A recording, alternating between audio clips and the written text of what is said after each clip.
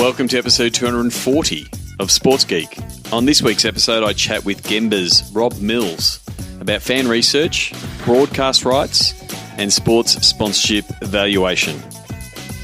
Welcome to Sports Geek, the podcast built for sports digital and sports business professionals.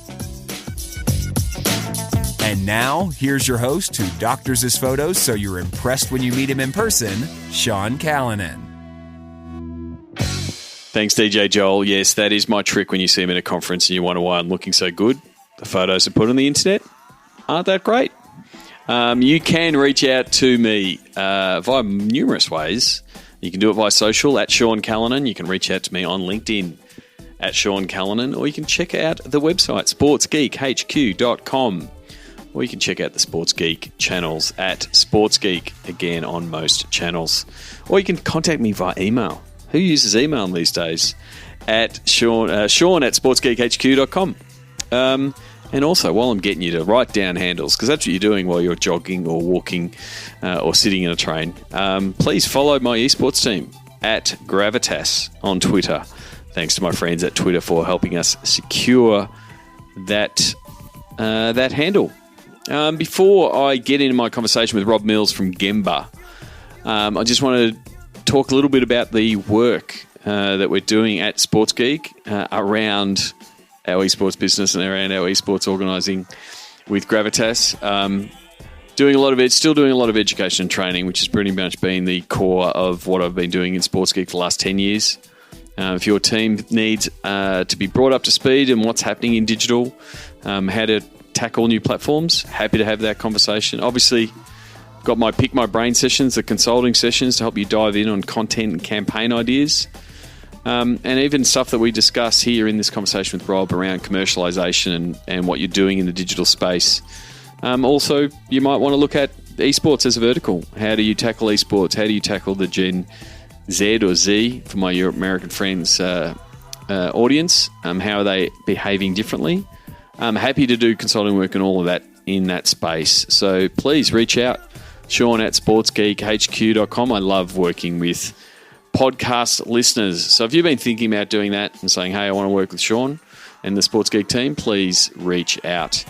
I hope you enjoy this interview with Rob Mills. He from Gemba, wide-ranging interview talking about a whole bunch of different things that Gemba do, and also talking about their product Turnstile that should really help the sponsorship valuation piece and helping people better understand what sponsorship should be valued at. So this is my chat with Rob Mills from Gemba.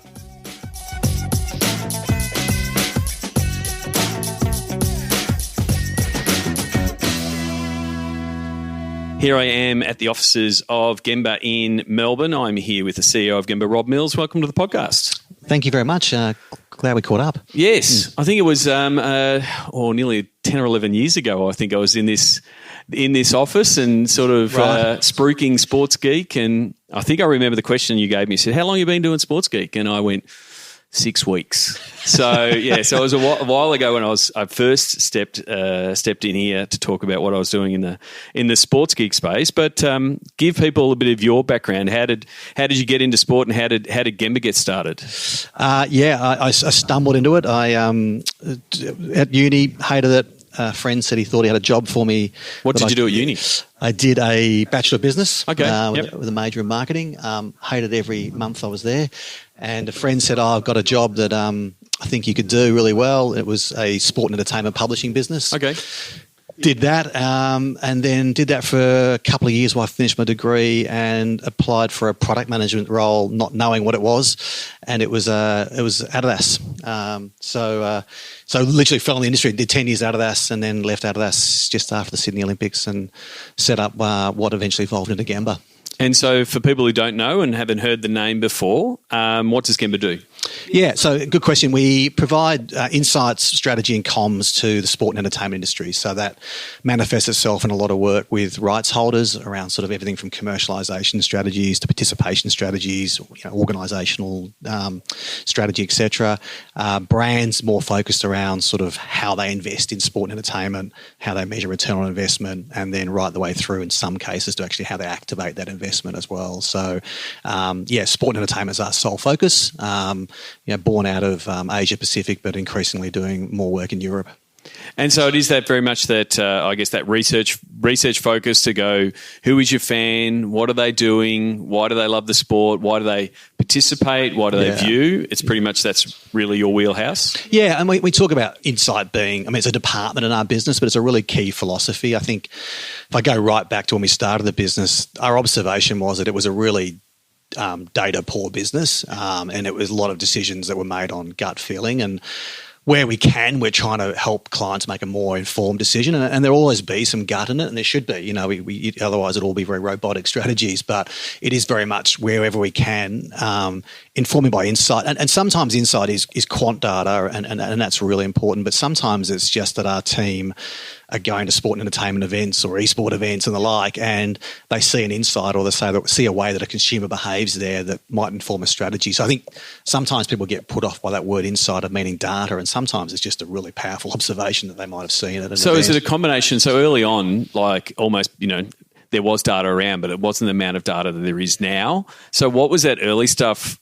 If someone came to you as a rights holder and said, we've got crowds and they're falling a little bit, or we're not, people are dropping off, not playing this sport anymore. Like, what did that start? Was it focus groups? Was it, online surveys? Was it a bit of both? It was a bit of both. And I think that's part of, and particularly in the era we're in now, is I think everyone gets locked on a particular data source as a single source of truth. And I think increasingly what our role is to meld up, our data with client data or third-party data to sort of tell that story, because different parts of the data chain will actually help that. I mean, when we started, it was very much, probably pre-social data, where it was traditional consumer research, and that's still a really important part of our mix, because we can weight that by population and we can look at it by certain category. So social data is great, but I can't necessarily tell from social data who bought Coke in the last 2 weeks. But social data has a really important part in the overall sort of strategy development. So, our business evolved from a very traditional consumer research business into using a lot more third-party data. We did some great work in China a couple of years ago where we were overlaying our proprietary data about running in Shanghai with Adidas's data around what was actually being bought in stores, with Strava data about where people are running. So you're seeing a story about, this is running engagement, this is what's actually selling in store, but this is where people are running in China. So how does that connect, and where should Adidas be putting in stores? And that to me is an interesting example of weaving that data together in a coherent story to help someone make a better decision ultimately. And definitely, like from my travels and talking to people in the US market, where the data teams in the professional scene just keep growing and growing every year. And, when everyone says, I want to break into sport, I'm like, how good are you at slicing and dicing in Excel and understanding data and making some interpretations? Like, have you just seen the continued growth of that space, which is, Moneyball, but on the business side of things? Yeah, I think so. And look, and we were fortunate. We were probably an early mover in that. We were doing proprietary research before any other agencies, and still even globally, I'm surprised how many times when we go into a new market, we've researched in China now for 10 years. So we've always seen that as a core capability. But around our business, we have an insights team who's obviously great with data. But similarly, our strategy team are also cutting that data in different ways as well. So I think to your point, for someone new coming in the industry, the ability to interpret data, but at the same time, I think also it's how to use data for good, not evil, and not get lost in it. I think that's a really interesting sort of balance. So you almost see these paralysis in organisations sometimes, that they won't make a decision until the data tells them the exact solution, and it's not going to usually do that. So that's the sort of the yin and yang of our industry a little bit. It's a little bit like that's the art and science, isn't it? It's like absolutely. The data tells you this, but then you need someone that can look out at the crowd and see how they're behaving and those kind of things to mix with that piece and still have a little bit of gut. And it's like sport in some ways, isn't it? There'll be a whole lot of performance data that tells a team that this is what they should be doing, what player they should be running. But the instinct of someone on the field to see a gap and just go for it is probably what breaks the game open. So I think it is both, and that's the interesting thing of our roles a little bit. And you were sort of, do you think sport has been dragged into this space by the brands wanting, a bit more certain. Like they want the certainty. They want to know what happened. Did this thing work? And their core business, especially if they're, selling a widget and they're doing performance marketing and they're tracking it to its nth degree, then they go to sport and they're not getting that same level. Do you think that's where sport is being dragged into the space? Yeah, I think so. And it's probably one of the things that informed, the Turnstile, which is a new product we developed last year. We see that the expectation from the buyers in the industry is changing. So the stat that we often quote is I think by 2021, 51% of marketing budgets will be pushed through digital channels. Yep. Now, some of those digital channels are controlled by sport, so they're not mutually exclusive to our industry. But what it's doing is it's raising the expectation of CMOs and media buying agencies around the type of data they're expecting for the planning and effectiveness measurement. And I think then we look back at sponsorship, which has got quite clunky metrics still. So our view is that as more media is going, more media money is going to digital channels, one, that puts a pressure on sponsorship as a channel because the money's moving, but increasingly it's enhancing the expectation about what they want from us as an industry. So this is not going to go away. And I think sometimes I get frustrated. People say, well, it's just not possible. It is possible. It's just about how much we're committed to it as an industry. But it is a bit of, I'm going to stick my fingers in my ears and just pretend it's not there. There's a little bit of that still. Right. And when it should be presented as an opportunity because as a rights holder, as a team, your fans, you've got the most gut information on your fans and you've got your most data on your fans. And so you've actually got to be able to show that you can deliver that because that was the disruption that Facebook and Google offered. Because I don't need to sponsor Team X to make an offer reach them now. I can just go to Facebook and say, I want to run an offer to those fans because they like that team and bypass the sponsorship opportunity altogether. Absolutely. And I was meeting with a Premier League team about Turnstile a few months ago, and that's exactly the scenario they painted us. They said, we're not necessarily competing against the other top 5 Premier League teams. We're competing against Facebook and Google for consumers who can do all that and can give you a 6-week 2-week media buy as opposed to a 5-year long-term commitment where you can't change the rights because they're the rights that you bought 5 years ago. So I think our view is that all those things have to change. And yes, clearly rights holders want certainty and there has to be contracts and those things, but the brands are going to want flexibility. And our view and something that as we think about Turnstile moving forward, I think our view is that there's probably elements of the business that in 5 years' time that will be transacted through programmatic exchanges. Yep. Now, will a Heineken Formula One deal get done automatically? No. But there's plenty of unsold inventory in the market. There's plenty of lower tier clubs and leagues who at the moment are a long way from the buyer. Yeah. If you think about you might have someone in Germany who wants to run a 2-week campaign and might want to uplift on some signage and hospitality. For that brand actually go and find someone who's got that inventory at the moment, it's almost impossible. So I think as the expectation around data and measurement increases, I think also too probably, and I think the industry should be excited by this, not threatened by it, is we probably start thinking about programmatic and sponsorship in the next 5 to 10 years. If not sooner, because there's so much inventory coming on board, right? Yeah. Because it's not just the top rights holders that are now building out these digital platforms. You've got the lower tier leagues coming online because streaming that wasn't accessible 5 years ago is now available. You've got guys like Luke and the guys at Live Graphic Systems that automatically plug in like supers over your graphics and boom, you can start advertising on all of these different games. And so those type of platforms will come there, and you've got a depressed ad market where people are buying banner ads and that money keeps going down. So the association with the IP of a logo, whether it be a Premier League team or a local grassroots team, will have more value than an ad served on a website somewhere. Which what Google ads and Facebook ads avail you to. And I think a programmatic exchange also sets up that nirvana that people have been talking about for years, but I think we're getting increasingly close to it where the Australian Home Centre Court becomes a green screen, and when a Japanese player is playing, it's auctioned like a bit of prime inventories on a digital website. And I don't think we're far away from that. But back to your original point, we need the data systems and the platforms to help us transact, because all that technology sort of exists out there, but how you actually set that up in an ecosystem to transact is probably the industry challenge moving forward. It's at the moment, it's just it's just very fragmented. Yeah, exactly. And if there's an ability to everyone to plug into a system, it probably smooths everything out, but will present some opportunities from a media buying point of view. You've mentioned China a few times, and like you said, you've been in market in there for many years. There does seem to be a bit of a gold rush for how do we access Chinese fans, or how do we reach them? Obviously, present their own digital challenges with the Great Firewall of China, obviously. But what do you think is the opportunity? How much will China be a massive player in the sports market over the next 5 or 10 years?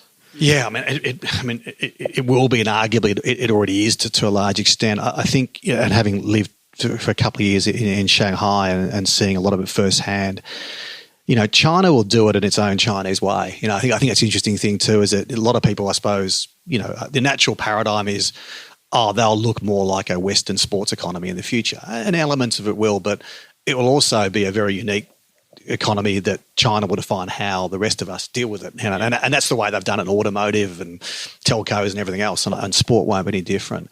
But I think, if you look at that sort of gravitational shift to Asia that's happened, and I've talk a lot about this, but the vision of David Stern at the NBA to do what he did in the 80s and the persistence of doing that, and to see where the NBA is now, people talk about, they got lucky with Yao Ming. There was no luck about what the NBA did. Now, they stuck at that for a long time, and they're reaping the rewards from that. And I think, that's when we talk to people about, we'll talk to rights holders in particular about entering China, it's really a conversation of how committed are you?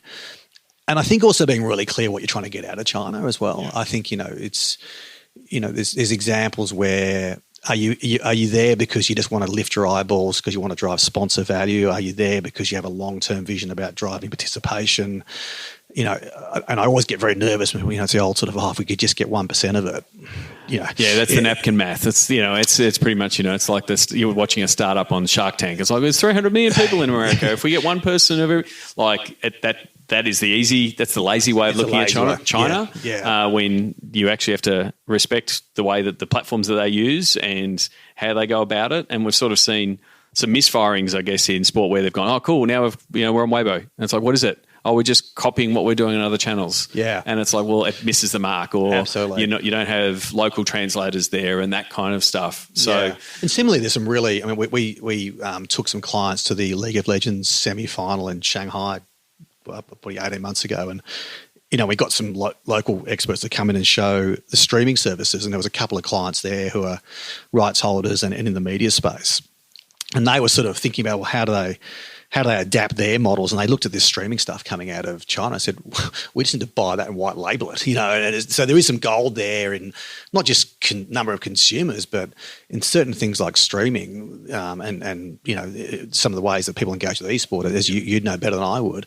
They're doing some super cool stuff. Well, even just, I think it was just a couple of days ago, the guys at Team Liquid are now doing Chinese specific broadcasts into China as a team. And you've seen the guys at the guys out of Philly, Dignatus, partner up with SK Telecom and into that region as well, because they realised they can't just, here's our stuff like it. Like, it's worked well for Team Liquid. They've got Double Lift. He's got a massive Chinese fan base. So they're going to be doing bespoke content into that space and build up that fan base there. So it's something that they want. There's an appetite for the content. It's just a matter of how do you cater it, because it's not just a matter of we'll put it on one of the channels, and because there's a lot of people, someone's watching that channel, and we'll tick that box because it's only going to have so much success in that way. And I think the other thing we've got to remember too, is the Chinese sport economy is a really young proposition, and we're talking to some people recently about football in China, and professional football teams have only been around since the mid to late 90s. So they haven't had that generational handover of whoever your mum and dad barrack for is who you barrack for. So there's a lot of things that are similar about the Chinese market, because in the end we're all human, so we all engage with things probably in similar ways. But the one that I always jumps out to me that's a big difference with China is when we ask Brits or Americans or Australians about name your favourite team or athlete, you can pick whatever you want. Most Brits, Americans and Aussies will pick a team first. We come from a team first culture. The Chinese pick an individual first. So and literally it's the inverse. So it's 80% in Western markets will pick a team and 20% athletes, and it's 20% for teams in that market, and it's all about individuals. because they don't necessarily have that heritage of team, and they're not necessarily loyal to teams at the moment as well. So, and maybe they never will be either. I think, again, everyone goes, oh, it will swing back to the Western paradigm. You go, maybe in the cult of celebrity that we're in now, maybe it won't. Yeah, I mean, you'll use the NBA as an example, and David Stern's done a great job in marketing the players. So it's a little bit of chicken and the egg. Did they cause it? When you see fans, yes, I'm a Miami Heat fan. No, you're a LeBron James fan, and he happens to be in Miami now. I'm sure they now have more Lakers fans in the same way, Juve's numbers went from up as soon as Ronaldo turned up. So there's that following the star. And the other stuff from, again, without massive generalizations, but talking to people from the esports space and comparing Western esports, which is done very similarly to sport. Like, here's who played, here's who won, here's what the result was, and yes, we'll profile the players. But a lot in the Eastern method is more entertainment and content, and they're following the players, and so it's more like a reality show with the sport intertwined. Well, it's interesting when we went to the League of Legends semi-final, which was in a beautiful stadium. I mean, in terms of presentation, it was the best sporting event I saw in China. Was an esports semi-final, and the players came out and Faker came up, and crowd went nuts, whatever. But the shoutcasters are the ones who got the biggest response, to the point where I looked around going, what's going on here? I didn't quite know. And these guys were rock stars, and the whole place was jumping when these guys walked in the stadium, which is so counterintuitive to the traditional sports experiences, like barracking for the commentators. Again, how does that work out? Yeah. But it is. It's like, they're the entertainers that would win the Emmy or the Gold Logie or whatever, because they're part of the entertainment package. But it is funny how, I guess, just the way that content is framed in both of those markets. And I think it is just because sport comes at it from a sport, the Western world comes at it from a sport angle, and that's where a lot of the people entering esports have come from, like myself, that are, in the sports space and going, oh, we'll adapt these things. But I think there is a lot to learn on the content side, which, we are seeing those trends with player-driven content channels and things like that in both here in the US. But that seems to be the difference between the two leagues from the East and the West. How have you seen, speaking of broadcasts and shoutcasters, broadcast overall has changed dramatically over the past 10 years. We've gone from watching our sport on the one channel, the one rights holder that always had it forever, to them changing sports completely over the summer, as we've had in tennis and cricket over here, to the fragmentation of streaming and all of these different options now that are thrown at the consumer. How has that, I guess, changed your view of the broadcast piece, but then also just the whole consumption of sport, because it's such a different landscape than it was 15 years ago? Yeah, I mean, it affects different parts of our business. I mean, our teams that are working with rights holders and providing advice around broadcast and digital and the like. I mean, it's obviously a lot more of a multifaceted conversation. I mean, I think our first broadcast jobs were, okay, here's a free-to-air channel. How much advertising inventory can they sell? What yield? What percentage of that do you want back? Calculate, bang. Whereas now it's multi-channels. And I think having a clear view of what, again, I think this is something the NBA has done very well, of what do we want certain channels to do. So certain channels we have to monetize, certain providers eyeballs, some around fan engagement as well. And I think it's an interesting, not only is a commercial yield conversation, but it's also sort of what role you want that channel to play. So, the complication for a rights holder, and in turn the type of work that we do around our broadcast is a lot more multifaceted. And then you're trying to project, what does it look like if Facebook come on board? Or, and no one quite knows those things. So I mean, they're fascinating piece of work as a result, because there's a lot of moving parts to it. The work that we do for brands, it's interesting. I suppose it's difficult in some ways, because if you're a sponsor, you used to buy the broadcast partnership with a one network, whereas now that content could be spread across 2 or 3 networks plus digital channels, and you can't probably advertise across all of them. So what are you prepared to let go or lose exclusivity on? I think one of the interesting things, and it was in a fascinating conversation with a major rights holder about this in Europe a couple of weeks ago, of they're putting more content behind subscription or paywalls and subscription models because they're getting better broadcast yields there from a dollars perspective, but has a huge impact on sponsorship values, because the amount of eyeballs are dropping now in an industry that for the last 20 years has defined almost all of sponsorship value through eyeballs. That starts becoming problematic for the industry. So how we start having a broader conversation of the value of sponsorship rather than just being eyeballs, it becomes even more of an imperative, I think. So look, I think it's fragmented, and it will probably continue to fragment. I think because it's been tough because you've had like the NBA goes and signs their 9-year deal, and you're like, wow, that's a long deal, but it's like, and then you've got to try to see if the lawyers can keep up with the technology. Right, is the other part. I remember early on, Telstra's rights for the AFL was like the internet. Like they pretty much owned everything. And if they wanted to, they could have said, sorry, you guys can't have this thing called Facebook, because that's what the contract said. But then, over the last probably 5 or 6 years, everyone's been using Facebook and Twitter as the leverage tool, like to say to the pay TV, to the TV providers, like, oh, these new kids, these new providers, Amazon and Facebook and Twitter, they're going to come in when and Facebook still don't know, and they're sort of half dabbled and not dabbled and try to do deals, so they're sort of in but not completely in. Yeah. But it does make it super complex if you're trying to sell your rights, because the biggest check has always come from TV. Yeah, and then you've got the other build on it, that you've got an increasing amount of rights holders who have moved into the value chain of producing their own content with their own, their own media arms, and that's a little bit of a play, I suppose, to provide some competitive tension to some extent as well. But that's a whole new set of capabilities that needs to sit in these sports organisations that wasn't sitting in many sports organisations 10, 20 years ago. It's probably the most complicated type of work we do for rights holders is broadcast strategy. And as I say, I don't think anyone quite knows where it's going. So you've got to almost hedge your bets a bit on a few things. And to your point, how you write your contracts becomes really important. Yeah. But I mean, if I'm a TV, like the way that viewing habits are now, nothing makes them turn it on live.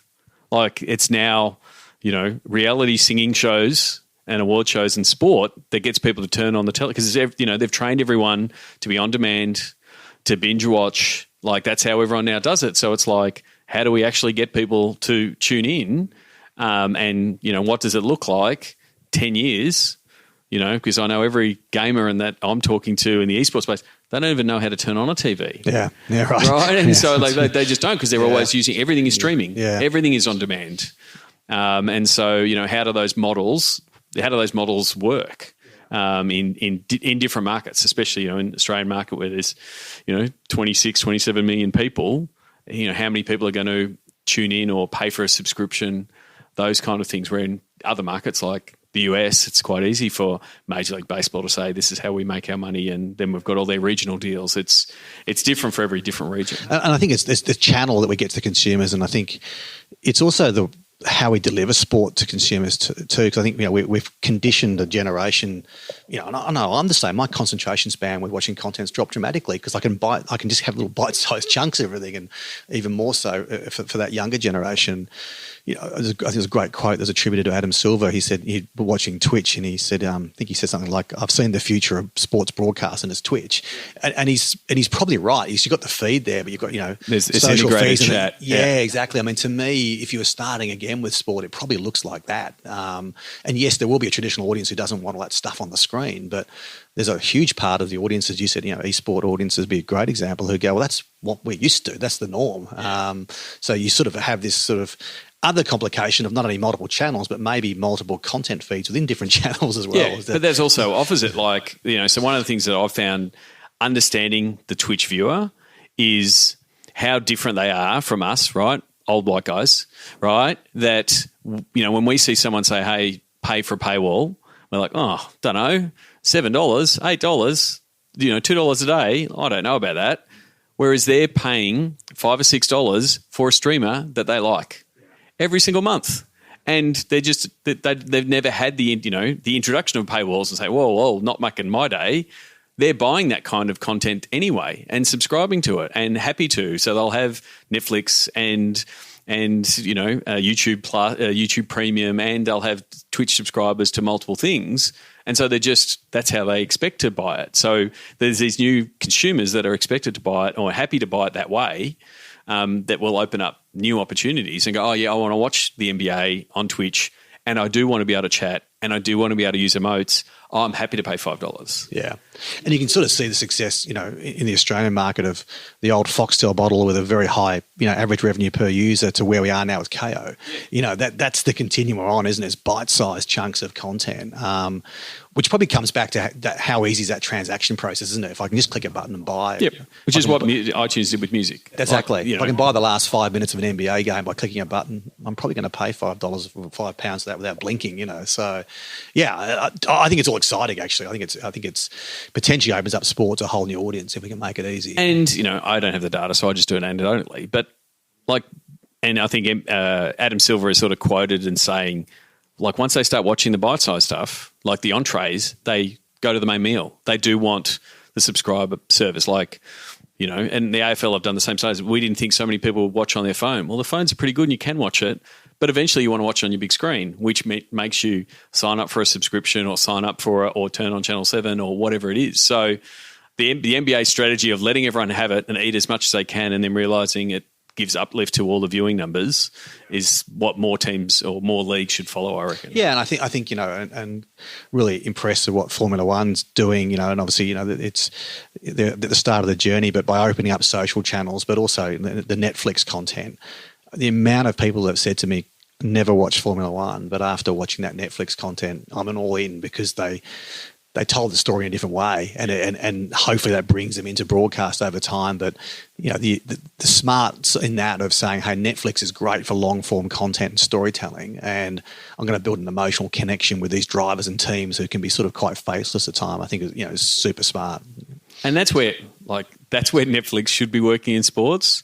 So we don't keep hearing the Netflix for sports, which we keep hearing is, this is going to be it. It's going to be the Netflix, which effectively is a little bit in this market is KO, effectively in this streaming product. But you're right, Netflix does storytelling well, and so that's where it can integrate sport and that type of content. The Southampton series, doco, the story, if you've seen it on Netflix, about the Williams Formula One racing team and the backstory of Claire Williams, Frank Williams, and the matriarch. Of the family. They are great, compelling stories that build an emotional connection with teams and athletes that I think sometimes we just assume people connect, and we've got to go and do some hard work sometimes to make those connections as an industry.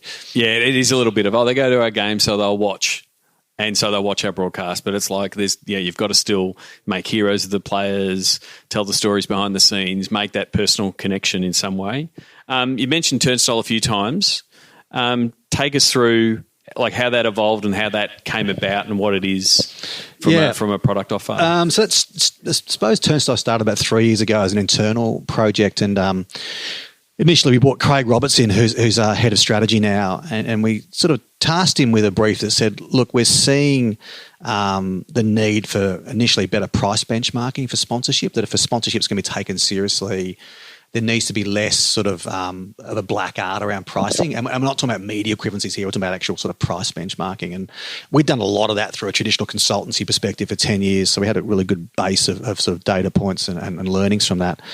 And that sort of started the product development process that ended up in Turnstile. And the thinking was how do we provide buyers and sellers with more robustness around price benchmarking, but to my earlier point, how do we start moving the conversation away from just this pure eyeballs and quantity of logos into more quality of exposure, but also recognising that outside the pure tangible assets of exposure and ticketing and hospitality, sponsorship has brand value, has IP rights, and people sort of initially said, you can't measure IP and all these sort of things. And we said, well, you can, because, the cleanest example of that is Olympic deals. Coke has just re-signed an Olympics deal this week, and probably less than 5% of that deal will be in ticketing and hospitality, and they'll get no exposure in the stadium. Yep. So the rest of that big deal is intellectual property rights. That's the rights to associate with the rings. Yep. So how as an industry do we start providing benchmarks around, the IP value for Formula One or World Rugby or the Asian Football Confederation? And so that was sort of the brief, and we built that out, thought we had a really sort of strong working prototype, and went to Formula One and said, look, we think this is really made for you. You've got a really great mix of a lot of exposure assets, which, Formula One's renowned for, but you've also got this really premium product in IP. We met with, initially with Murray Barnett and Matt Roberts, the head of Insights, and it was one of those great meetings where they got it within 15 minutes. I said, this looks great. Yeah, we're all in. So they became a foundation client and helped us launch, and then we sort of took it to the market, and that was a catalyst for me to move to London last March, was to launch that. So the long-term vision for Turnstile is, how do we build a platform that helps buyers and sellers transact better? So the first thing is, how do you get better robustness around pricing, which is one we've launched.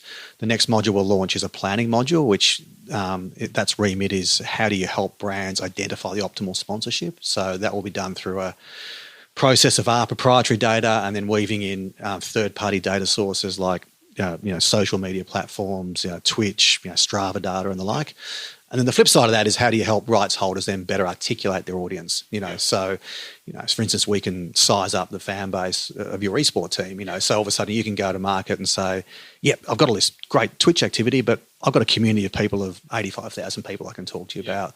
So we think by doing those things, we start to bring buyers and sellers closer together because they're talking about the same metrics, and hopefully, rather than having very disparate views of pricing, is that we can say, look, there's a range of pricing here and we think it's worth that. So it sort of becomes this sort of data platform that helps sponsorship transact in a more sort of efficient 21st century And so way. to what level, to what level it goes down? Because like the pricing, the what do we value is a constant conversation I'm having in the digital space. It's like, hey, Sean, this is what we're doing in the digital space. We've got these channels we're putting out this content, we're putting it on these channels, and our sponsorship team doesn't know what to put that value in. And so, for many years I was like, stop selling it for nothing, right? Because then it's valued nothing, and then if we double it next year, it's still going to be nothing, right? So we had to start putting some values, and there was a little of that art of sticking the finger in the air, and we're going to say, this is going to be worth this because of this. Does it go down to that level to be able to say, like, what we end up normally doing is, here's a premium Facebook video that's going to have, Buddy Franklin running down the wing. We know it's going to have a lot of engagement.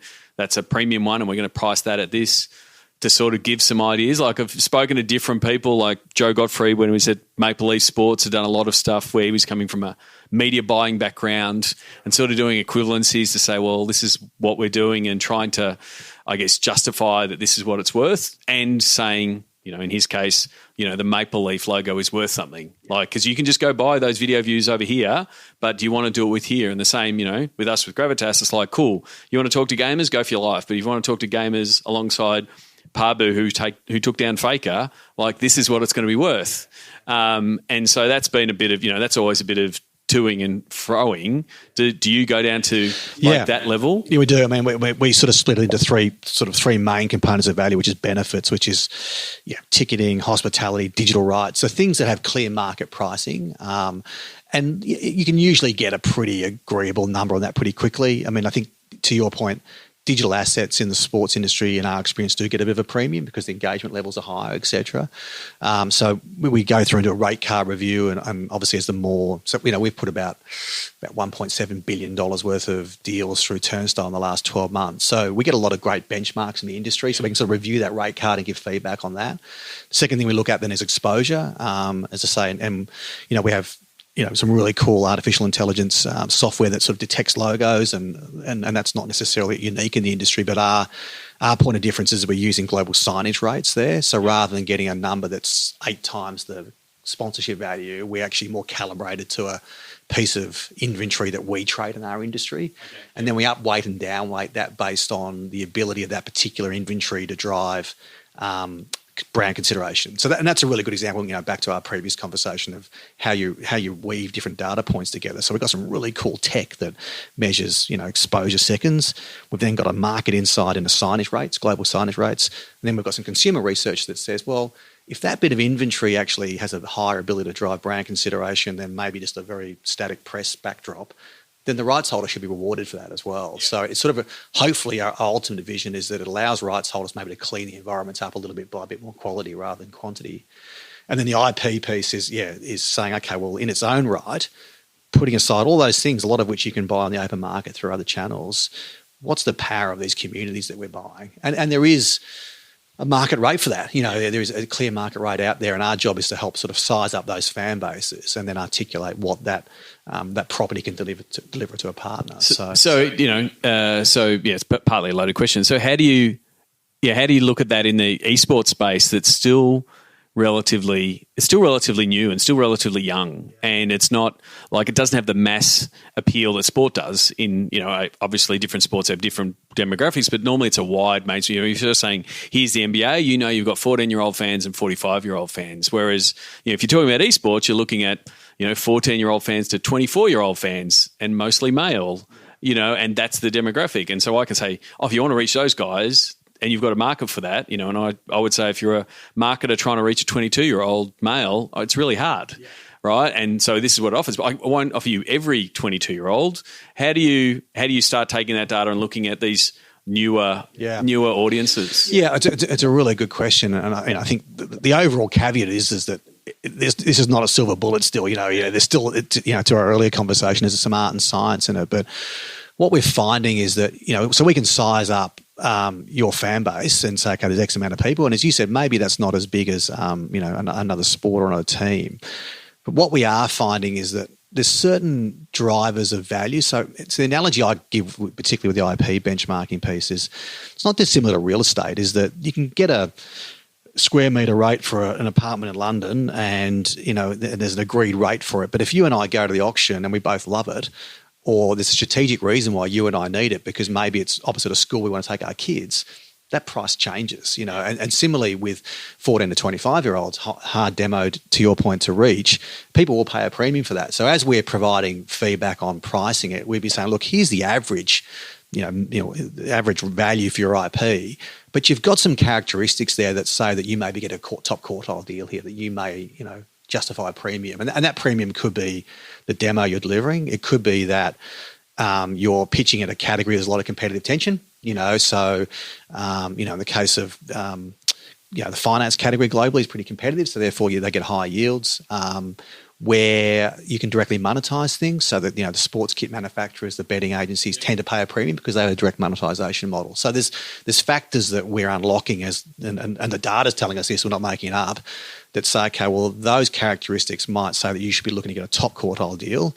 And vice versa, sometimes we give feedback going, look, you've got nothing in your favour here. Take a bottom quartile deal because the market's not in your favour at the moment. Yeah. So it's trying to provide, I sort of talk about uncoding the market a little bit. The data's all out there. Yeah. It's just we've never been able to sort of understand it, and we've never been able to, and as an industry, we're appalling at sharing information and benchmarking. So what we're doing as an aggregator of all those contracts, because all our work is based off actual contracts, is that we can get a visibility of the market and hopefully provide that back in a confidential way to the industry. Yeah, and I guess that point of like where your position and because it is different depending on like who you're talking to, but then also like you're going from one meeting to another, and yes, this is this sponsor is hot to trot, and so it should be in that top quartile. But then you take that same mindset to someone else when you really should just take the deal that's there because they don't need it as much, and it's where a bit of dynamic pricing sort of comes in and knowing who that client is. And we're unashamedly building this off media disciplines in some way. So, let's think about horse racing as an example. Betting companies pay a premium for a 30-second spot in horse racing versus maybe an alcohol brand because they need that top of mind recall at the point of betting, and they pay more. So we know that. So again, the sponsorship industry will have those characteristics. It's just that we've got to work out what they are and provide more range rather than where we are in industry at the moment is we have a media equivalency which we then arbitrarily say, okay, we're going to discount that by a factor of 6 to get a price. Yeah. It just doesn't. That's not where we need to be as an industry. And back to the media conversation. Like, and this is the part where I'm sort of talking to esports and sort of going through the landscape of who to talk to, and because it's such a digital product and it doesn't yet have crowds in stadiums every week, that it's partly a conversation with a sponsorship person that wants to activate and like they're interested in activating in an experiential way. So at Melbourne Esports Open and meeting and feeling gaming fans, but then it's really a media buy. And so how is it split up between the activation piece, the sponsorship piece, and well, we just want to make sure the advertisers can get on our broadcast or get on our content. And back to, does that become a programmatic play? And that's the bit that I've been, going backwards and forwards with. Do I talk to brands, sponsorship agencies, activation agencies, or media buyers? But the answer is all, because it's sort of this new product that we're still defining the pieces of. Yeah, exactly. And that should be a strength of our industry. We shouldn't be lamenting that. I think it's a fantastic strength that we've got. We can do all those things. I think what's interesting to me though is, how do we, so to take your team as an example, how does a media agency get visibility of what you can deliver to a client? Because that most of the bucket of money is still sitting with a media agency, and as an industry, we're a long way from quite frankly, where most of the decisions are being made. Yeah. So again, which sort of gets back to a little bit of the vision with Turnstile, is how do we articulate your story through data into a media agency environment where they can go, well, we can do some outdoor, we can do some digital. Actually, we've got this really interesting idea here with Gravitas, and here's the market size, and here's the audience we can deliver. We've got to get into that conversation somehow as an industry. And it's the same as, I look at, what Hutchie's doing at Croc Media, and he's got all of these platforms, from a radio and TV and digital, and that's how he's going and talking to these media buyers saying, oh, we'll put you here, here, and here. And part of me thinks that that's where esports will evolve to in a certain way, and we're seeing it with Team Liquid and Liquid Media and what they're doing, and a few of the other bigger orgs that are doing it that way. Whereas a lot of the some of the orgs are just doing, I guess, the traditional sport sponsor logos on jerseys, sponsor logos on content, and probably doing we'll sell you X many posts on these channels, which is still a little bit 5 or 6 years ago of how people were doing it. To well, what does a bigger campaign look like? What does media buy look like? How do we get those outcomes for you? Type of scenario, which is and then how do we? Yeah, so the X factor of our industry is then how do we unlock the premium of our IP on top of that? And that's what and it's interesting if you look at I would say I look at the broadcast industry, and you mentioned before the reality TV being, apart from sport, the only things that rate. I would say that they don't unlock their brands. So it's buy a 30-second spot. You might pay a bit of a premium, but if that was being sold by the NBA, they would have a completely different model of how to monetize American Idol. Yeah, they would go, no, you're sponsoring American Idol, and you'll buy some spots as well. Yeah, rather than you buy the spots and we'll put some integration in. So I think in some ways there's some stuff that we do in sport and entertainment that arguably the broadcasters who need to unlock more revenue potentially to start thinking about in the future as well. So if people were to reach out to you on the internet, what's the best place and what's the best way to do so? Look, I'm a Twitter person. I spend a lot of time on Twitter. I engage with a large part of my time is on Twitter. So probably Twitter and but LinkedIn. Millsy Rob is your Twitter handle. Exactly. And otherwise you can go to gembergroup.com. Yep, thegembergroup.com or turnstilegroup.com for the Turnstile product. Which we'll put all the links in the show notes. So we're going to get to the closing five. Do you remember the first sports event you ever attended? I watched, it's just showing my Melbourne heritage, North Melbourne versus South Melbourne at Lakeside Oval. A friend's father took me and I stood next to a police horse that shuttle over my leg for the whole game. Okay. Yeah. Okay. Can I say shit on this podcast? Yeah, you just did. Okay. So, yeah. Apologies to our young listeners who were people listening in the car with their kids. Blame Rob. Do you remember who was playing? So North Melbourne and South Melbourne. Yeah. Who that was before they went to Sydney. Yeah, pre-Sydney. I don't remember the players, but that would have been David Dench, Malcolm Blight type of era. Galloping gasometer. Oh, okay. Probably. Yeah, that era, I'd imagine. Yeah. You would have been to a few sports events in your time at Gemba. Do you have a favourite food memory, that you remember of, especially as sport has got more gourmet as the years have gone on? Do you have a favourite food memory or a go-to food when you go to a sports event? It wasn't particularly glamorous. I had a particularly good hot dog at Madison Square Garden once, and I think I did sit there going, "This is the sort of the peak of Americana here." Yep. Yeah, that's probably what it was. Not particularly glamorous, but it did the job. No, that's all right. You can't go past a hot dog at an American sports event. What's the first app you open in the morning? Twitter. Yep. Still Twitter. Yep. Checking your mentions, or are you checking the trend, the latest trends, or are you trusting the algorithm to pop up the stuff that you should look at? I'm wrestling about, do I go the algorithm or do I go the sequential feed? I do vary a little bit on that. Probably more just a quick trend of what pops up in the explore function. There is usually where I go first. Yeah, I just lean into the algorithm. I just trust that they're going to trust the algorithm. That's a mantra for life. Yeah, it is. Trust the algorithm. Pretty much. Is there someone that you suggest the podcast listeners should follow, and why? Just outside sport, I've been quite fascinated by the whole Trump Mueller investigation. So Mueller, She Wrote, is a really interesting podcast. There's some comedians who are doing a blow-by-blow description of the Mueller investigation, which I'm besotted with. Okay. So outside sport. That's all right. Really interesting. Always happy to share. The first thing you've got to do in podcasts is tell people about other podcasts. So, because podcast has a discovery problem. It's really hard to find new podcasts. You sort of need someone to say, hey, check this podcast out. So Mueller, She Wrote. I'll put a link in the show notes. Lastly, and you can answer this maybe as yourself and then maybe put your client recommendation hat on. What social media platform is your MVP? You probably spoiled it to say it's Twitter for yourself. Oh, look, it's interesting. I mean, I'm a big Twitter fan. I've probably actually found myself, but also Gemba, company-wise, gravitating back to LinkedIn a bit more recently, actually. Yeah, it's just interesting. It gets some quite deep engagement and off LinkedIn. It has sort of I think it's probably been a common answer for the last couple of years. I think the stuff that since Microsoft took it over and to a certain degree Facebook ties it to sort of put a bit more algorithm in it and put a bit more emphasis on good content bubbling up. It does seem to, you open it up and there is some good articles and there is some good videos, and it does help you, especially in a global business and you want to connect with people globally, it's the easiest way to do so. Yeah. So probably back to LinkedIn a little bit. I think client-wise, I mean, just looking at some stuff that at our conference last week that the guys have been doing, I think most of our clients are probably strong on Insta at the moment. I think just the ability and to tell stories and just that as a medium to bring brands to life seems to be a really interesting place for brands at the moment. So it is very much following the algorithm. They are following the latest wave. Yeah. They were all on the Facebook bandwagon, and then Facebook turned the taps.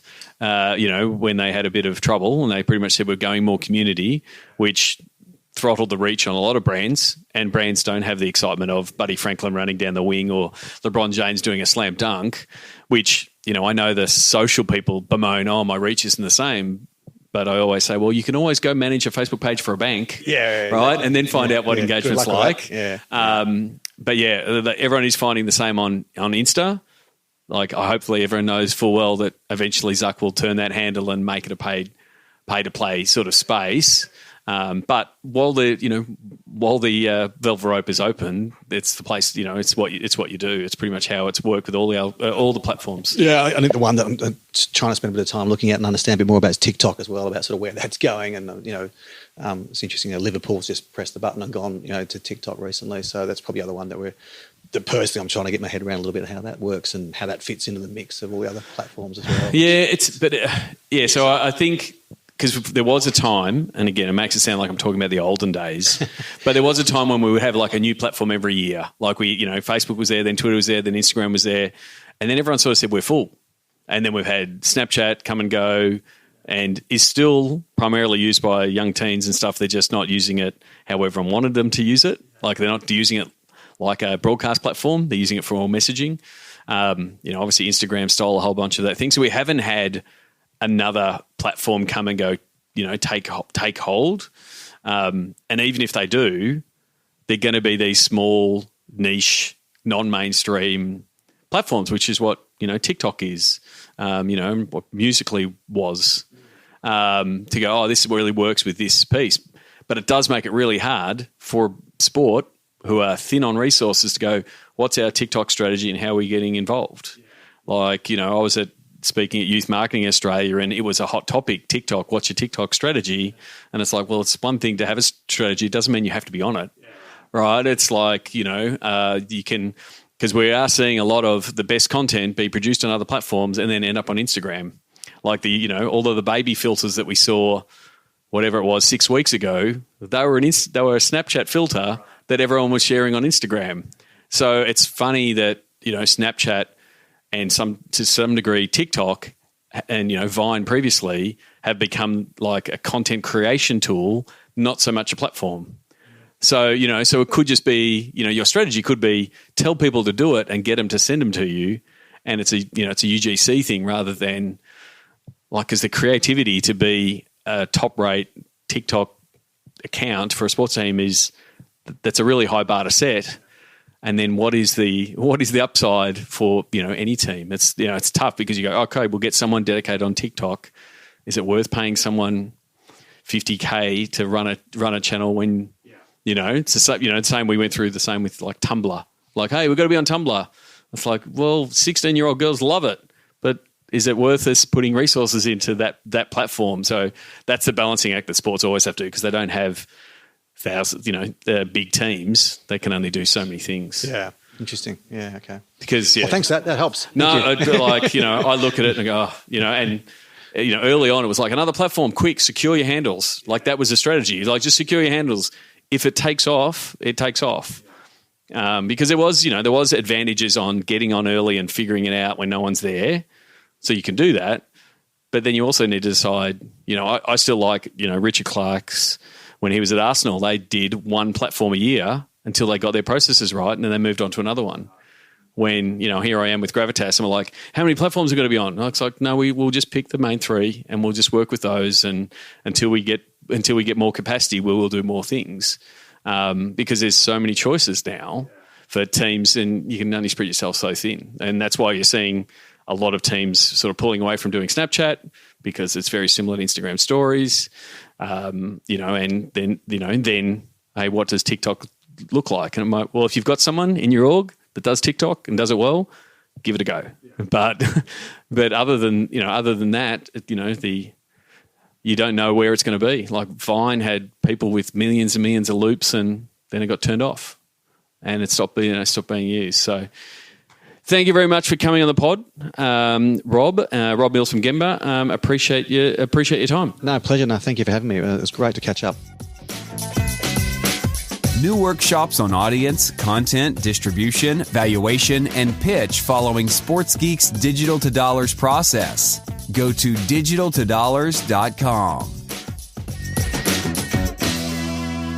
Thanks, DJ Joel. Yes, and thanks to Rob Mills. You can send him a tweet. Millsy Rob, he's one of my guests that still tweets.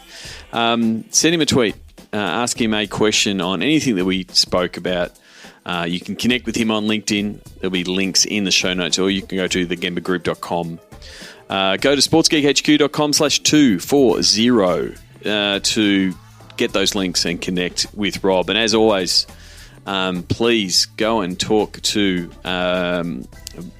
my guests. Tell them you listened. Reach out to them. Send them a message on LinkedIn. Comment on the post when they share it. I really do appreciate it. And the feedback back to my guests is one of the reasons I keep doing the podcast. It's really great to have the community and you as listeners reaching out to him.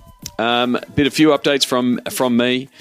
We have, as I mentioned in the last week's episode, we've got the Tech in Sport Hype University of Queensland Spin Accelerator Pitch competition. That's happening in July 10 in Brisbane. So if you're in Brisbane, you want to see what the latest in sports tech is happening and some of the up-and-coming startups with my fellow members of the cohort of the Hype Spin Accelerator, please come to Brisbane. You can grab a ticket, sportsgeekhq.com/hypepitch. You will see myself pitching SG Esports, which is an esports media business built on the pillars of sponsorship, membership, and grassroots, which leverages off a lot of the best practice that we have helped implement in the world of sports and bringing that to esports. But you can also check out other cohorts like Bib, Heartbit, Movosity, Pummel, Quipmo, Siren Media with Jason Davis, a former podcast guest, SportsCube, Statter with Rory, who is also part of Sports Geek Nation, and also the guys at Status Sports. So hope to see you there. sportsgeekhq.com/hypepitch. There's actually an article in the Ministry of Sport. I'll put the links in the show notes. sportsgeekhq.com /240. That's about it for this episode. Just a quick reminder, you got this far. If you're not part of Sports Geek Nation, you really should do so. You can go to sportsgeeknation.com and you'll find out that it's closed. But you're a podcast listener. You know you get special access. Go to sportsgeeknation.com/connected. We leave the gate open for podcast listeners. Go there, sign up, join the community, join into the conversation with sports executives from around the world, sharing their knowledge, especially in the AMA channel and in multiple channels in the sports business community that we've built out in Sports Geek Nation. We'd love to have you on board. Until next episode, my name is Sean Callanan, and you've been listening to Sports Geek. Follow our League of Legends esports team at gravitas.gg.